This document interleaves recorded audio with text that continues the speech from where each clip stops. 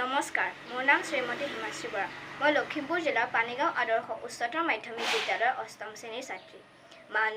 মানুষের জয় নে, জীবন জীবনের জয় নে, একটি সহানুভূতি কি মানুষ পেতে পুরে নাও ও বন্ধু, মানুষের জয় নে।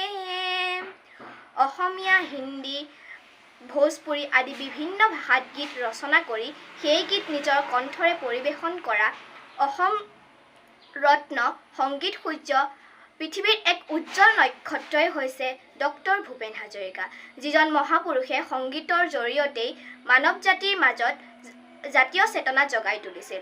1926 চনৰ 8 ছেপ্টেম্বৰ তাৰিখে পিতৃ নীলকান্ত হাজৰিকা আৰু মাতৃ শান্তিপ্ৰিয়া হাজৰিকাৰ ঔৰসত শদিয়াত জন্মগ্ৰহণ কৰিছিল ডক্টৰ ভূপেন হাজৰিকা। সংগীতৰ সুৰেৰে গোটেই জগতত নিজকে পৰিচিত কৰি তুলিছিল ডক্টৰ ভূপেন হাজৰিকা। শৈশৱতেই তেখেতে গীত ৰচনা কৰি গীতৰ নৈৰে নিজৰ সংগীত প্ৰতিভা দাঙি ধৰিছিল সকলোৰে আগত ডক্টৰ ভূপেন হাজৰিকাই। 1930 চনৰ 30 অক্টোবৰ তাৰিখে গুৱাহাটী কটন কলেজত অনুষ্ঠিত হোৱা ৰাজহুৱা সভাত গীত পৰিৱেশন কৰি তেখেতে লক্ষ্মীনাথ বেজবৰুৱাৰ তামোলৰ পিকৰ চুমাৰ পৰশ পাইছিল।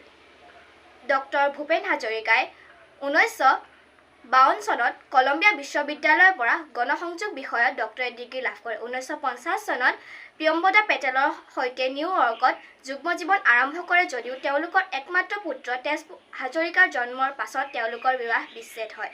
ডক্টৰ ভূপেন হাজৰিকা নাছিল কি? তেখেত একাধাৰে সাহিত্যিক, সংগীতজ্ঞ, ৰাজনীতিবিদ,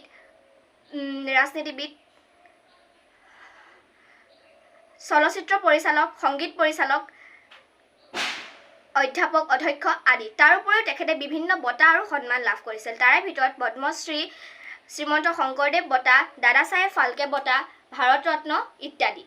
এইজনা মহান পুৰুষে 2011 চনত 5 নৱেম্বৰ তাৰিখে ইহলীলা সম্বৰণ কৰে। ধন্যবাদ।